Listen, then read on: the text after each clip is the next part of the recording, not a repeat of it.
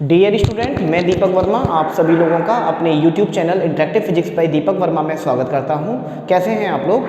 आज है fluid mechanics का लेक्चर नंबर 5 और आज हम लेक्चर नंबर 5 में प्रेशर के कुछ न्यूमेरिकल डिस्कस करेंगे जो कि NCERT में दिए हुए हैं और NCERT लेवल पर ये एग्ज़ाम में पूछ लिए जाते हैं।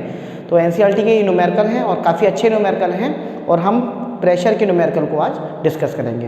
तो बच्चों, पहला न्यूमेरिकल है, किसी झील के पृष्ठ से 10 मीटर गहराई पर स्थित किसी तैराक का दाब ज्ञात कीजिए। ये झील है और झील की जो गहराई है वो 10 मीटर दे रहा है, यानी ये 10 मीटर की इसकी गहराई है। 10 मीटर की बच्चों यहाँ पर गहराई दे रहा है आपको, ठीक है। ये क्या है आपके सामने, झील का पानी, तो ये झील है, इसकी गहराई दे रहा है 10 मीटर। आगे बोल रहा है तैराक का दाब ज्ञात कीजिए 10 मीटर गहराई पर।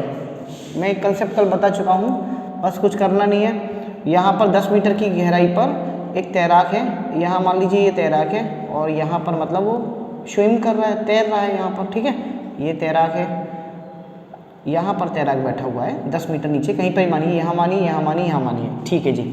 तो अब आपका टोटल दाब पूछा है, तो एक तो दाब यहाँ पर आप जानते हैं P एब्सलूट है ना, P एब्सलूट प्रेशर, यानी इसको हम बोलते हैं P निरपेक्ष दाब।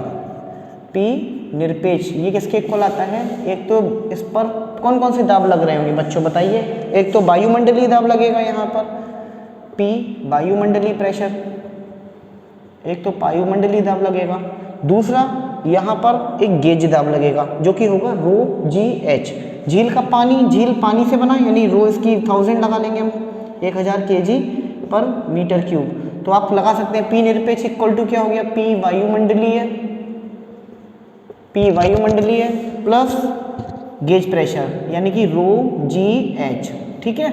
अब यहाँ पर ρGH की वैल्यू निकाल दीजिए, मतलब गेज प्रेशर की पहले वैल्यू निकाल दीजिए। गेज प्रेशर कितना होता है, ρGH गेज प्रेशर मैंने बताया था, पानी होगा बर्तन में या कहीं पर तली में पानी होगा तो हाइट की वजह से लगेगा, यानी रो कितना है 1000, जी की वैल्यू आप 10 मान लीजिए, 9.81 बोलता है, आप अप्रॉक्सीमेट 10 मानेंगे, कोई गलत नहीं है। और एच इसकी दे रहा है 10, इसका मतलब ये आंसर निकल के आएगा 10⁵ न्यूटन प्रति मीटर स्क्वायर। तो ये 10⁵ न्यूटन प्रति मीटर स्क्वायर निकल के आया है। ये तो निकल के आया है आपका गेज प्रेशर। अब बात करूं मैं यहाँ पर बच्चों आप लोगों से वायुमंडलीय दाब की, तो वायुमंडलीय दाब के लिए मैंने बताया आपको, ये वायुमंडलीय दाब कितना होगा यहाँ पे 1.01 × 10⁵ पास्कल लगा सकते हैं यहाँ पर। तो अगर आप P वायुमंडलीय दाब की बात करेंगे, P वायुमंडलीय कितना होगा 1.01 × 10⁵ पास्कल बोलिए, या फिर बोल सकते हैं 1.01 × 10⁵ न्यूटन प्रति मीटर स्क्वायर बोलिए। कल मैंने आपको दाब की कई सारी यूनिट बताई थी, दाब को टॉर में बताया था, वायुमंडलीय दाब को टॉर में समझाया था, पास्कल में समझाया था, न्यूटन प्रति मीटर स्क्वायर में समझाया था, बार में समझाया था। तो ये प्रेशर की यूनिट होती हैं। अब यहाँ पर हमें P गेज पता है, P वायुमंडलीय दाब पता है, गेज दाब पता है। तो ये जो बंदा है, ये जो तैराक है 10 मीटर की हाइट पर तैर रहा है, तो इस पर कितना प्रेशर होगा, तो इसका एब्सलूट प्रेशर निकाल दो, टोटल प्रेशर निकाल दो। एब्सलूट टोटल बात एक ही होती है, निरपेक्ष बोलो, टोटल बोलो, कुल बोलो। तो ये निकल के आया P वायुमंडलीय प्लस ρGH, आपको वैल्यू पुट करनी है यहाँ पर। तो P एब्सलूट प्रेशर कितना निकल के आएगा यहाँ पर, P निरपेक्ष इक्वल टू आएगा ये P वायुमंडलीय कितना है, P वायुमंडलीय है आपके सामने 1.01 × 10⁵ प्लस ये ρGH की वैल्यू आपने निकाली है 10⁵।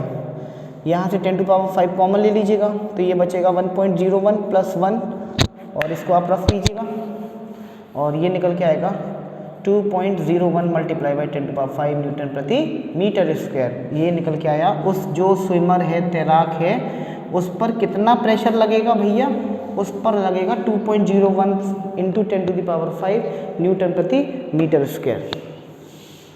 इसको मैं ऐसे भी बोल सकता हूँ 2.01 × 10⁵ पास्कल, क्योंकि तुम्हें पता है बच्चों 1 पास्कल में 1 न्यूटन प्रति मीटर स्क्वायर होते हैं।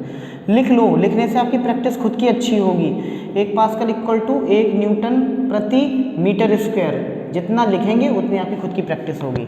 चलिए एनसीईआरटी का अगले न्यूमेरिकल पे चलते हैं जो कि प्रेशर से रिलेटेड है। ये है 2 उर्वस्थियाँ जिनमें प्रत्येक के अनुप्रस्थ काट का क्षेत्रफल 10 सेंटीमीटर स्क्वायर है। चलिए न्यूमेरिकल नंबर 2 ये बोल रहा है 2 उर्वस्थियाँ यानी फीमर बोलते हैं उर्वस्थियाँ को इंग्लिश में फीमर, इनका अनुप्रस्थ काट का क्षेत्रफल कितना दे रहा है 10 सेंटीमीटर स्क्वायर। तो एक फीमर या उर्वस्थि का क्षेत्रफल कितना है यहाँ पर 10 सेंटीमीटर स्क्वायर।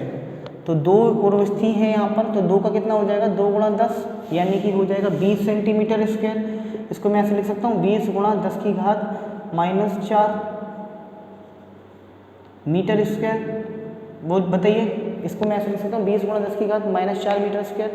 बोल रहा है कि 40 किलोग्राम सहती के मानव शरीर के ऊपरी भाग को संभालती है।